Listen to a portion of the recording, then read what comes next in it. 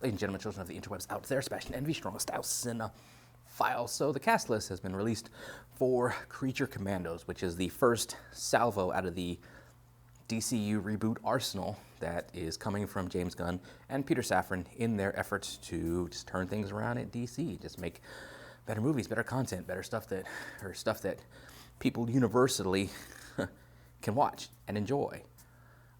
Remains to be seen if that happens, but let's geek about Creature Commandos for a scant few minutes. Now, the comics Creature Commandos was a team full of creatures that fought during World War II. Creatures that included the Bride and Frankenstein and those types of creatures. Now, leading the charge will be Frank Grillo, who will be voicing Rick Flag Sr., which makes me kind of wonder where this is going to fall as far as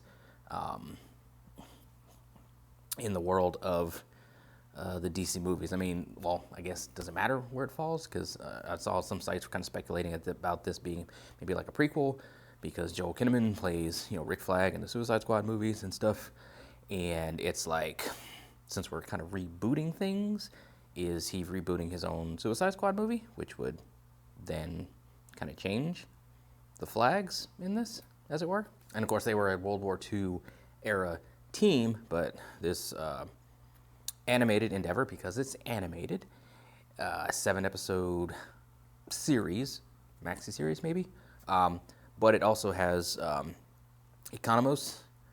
Steve Agee is voicing Economos from Peacemaker and the other Suicide Squad movie.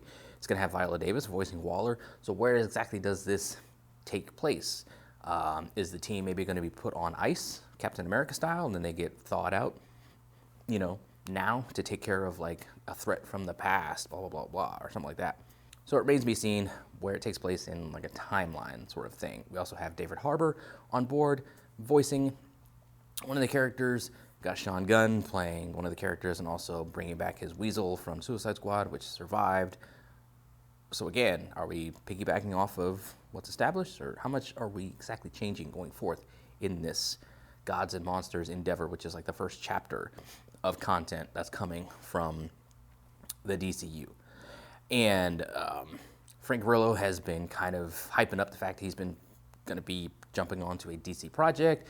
He's also been kind of moaning and complaining a little bit. I like Frank Grillo, but he's a little complaining about Crossbones not having a bigger role than he did in the MCU, which in the comics, I mean, Crossbones has kind of been like a lackey, like a heavy. He's never been like the guy. So I think maybe Frank kind of approached the role and hoped that it would, because they take some liberties with, MCU stuff, that maybe they would take some liberties with Crossbones and kind of make him more than just a heavy, make him the guy. It didn't happen. Frank was kind of, feeling some type of way about it.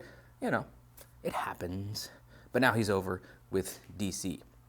And it's kind of funny because David Harbour, who should be any time now filming Thunderbolts, reprising his role as the Red Guardian, is also over at DC now. And James Gunn has been adamant that anybody who appears to, anybody cast to voice a character for anything animated with his stuff is going to be playing that character if ever, should ever they be pulled to live action. So he's casting these voices with the mindset that these voices will be playing them live action. So again, you have David Harbour, who's in a Marvel project, and a pretty big one, and he's also in a DC project with potential to be the live action DC. So, I mean, we've had guys and gals that have kind of, been in movies on both sides of the aisle. So it's nothing new, but I just thought that was interesting going forth.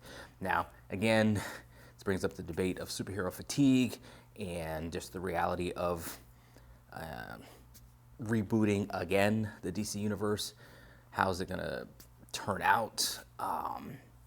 Are the underperformances of Shazam, which woefully underperformed, and Ant-Man and Wasp and Quantumania, is that an indication of superhero fatigue setting in? People always like to say that. I believe that the superhero bubble will burst. I think we are edging closer to that. Are we there?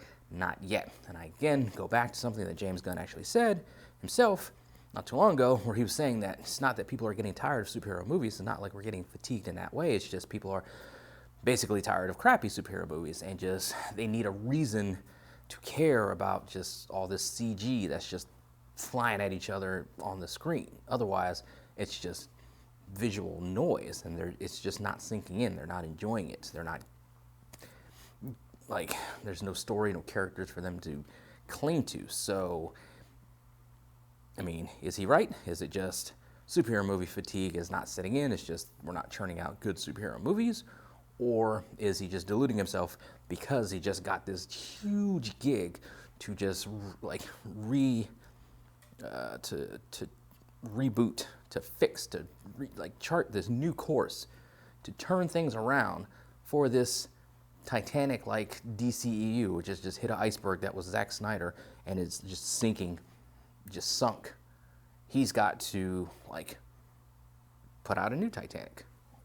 You know, it's just, is he just hyping up the fact that no, people aren't tired of superhero movies, not yet, because he's been tasked with, again, going back to superhero movies and superhero projects and TV shows and that sort of thing. So it remains to be seen how it all shakes out in the future. It's a interesting debate with logic on all sides of it.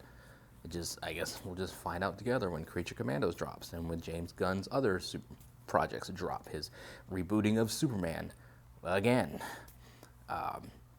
and just other stuff that's going to come down the pike with his new universe. Is Aquaman going to be a part of it? Because we've got some reports that the screenings have gone terrible. We've got some reports that, you know, Jason Momoa's position as Aquaman is safe. Blue Beetle, is that going to be a part of things going forward? Is if it does well enough, or is it going to be cast to the side? It just remains to be seen. Things are so interesting and just up in the air and unpredictable at this point, with these two holdovers from the old DCU just hanging out there. Shazam already came and went and sucked, box office wise. I saw it. I mean, it's not terrible, but it's not as good as the first one in my opinion either. So Aquaman 2 is a holdover. Blue Beetle is a holdover. So will their box office performance determine if they get pulled along with the new DCU? Remains to be seen. Will people like Creature Commandos? Remains to be seen. I guess we'll all find out together.